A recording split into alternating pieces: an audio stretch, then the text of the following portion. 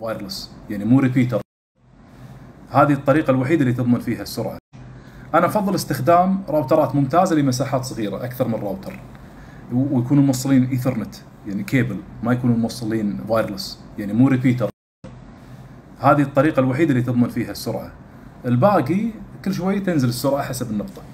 شوف هذا أضمن لك إياه إنه يوصل مسافات كبيرة، شرط طبعا نوعه، يعني هذا أي نوع، هذا AX12، هذا أضمن لك أنا مساحته إنه يوصل مساحات كبيرة.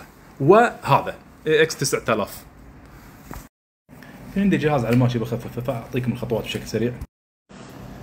Setting، بعدين About، Software، بعدين Build، اضغط شكل متكرر، اضغط باك يطلع لك خيار جديد اسمه Developer Option هني، اضغط عليه. Stay Awake أعطى علامة صح، USB Debugging أعطى علامة صح، وافق، انتهى. هذا بالنسبة لي وضعية التطوير. عند توصيل الجهاز فعل هذا الوضع. طبعا هذا الوضع راح يطلع لك بعد تشغيل برنامج ADB Control، وراح يحتاج برنامج ADB Control تحميل .NET. راح يطلب منك تركيب برنامج إضافي. البرنامج هذا يفيد في انه يتعرف على بعض التطبيقات اللي ما يقدر يتعرف عليها، بالإضافة إلى وضعية البريدج اللي هي التحكم وايرلسلي عن بعد، اللي هو هذا الخيار. أنا اخترت قائمة من التطبيقات اللي بحذفها، تطبيقات أساسية. بعد اختيار القائمة هذه، ما أقدر أعطيك إياها لأن كل جهاز وجهاز يختلف ترى. تحذف من هني، والأفضل عمل باك اب. ليش؟ لأن يمكن في برنامج حذفته بالغلط تبي ترجع له، تقدر ترجع ريستور ويرجع لمكانه عادي.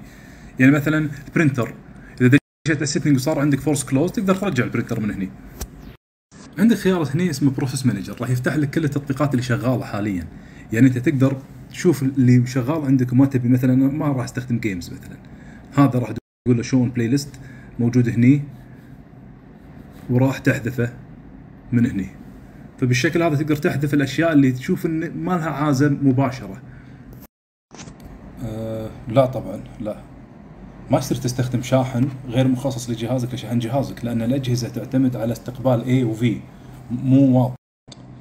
يعني الواط اللي الناس منغشوا فيه في الاعلانات، جهازك يستقبل رقم للA ورقم للV، هو يقول لك ماكسيموم 45 واط A كذا و V كذا، ولازم طبعا يدعم ستاندر 15 واط الباور ديليفري او 18 واط، او يعني في ستاندر عالمي للشواحن. فالشركه هي اللي تحدد كميه استقبال الطاقه، فاستخدامك لشاحن ثاني يتلف جهازك فقط. لا غير صحيح للاسف.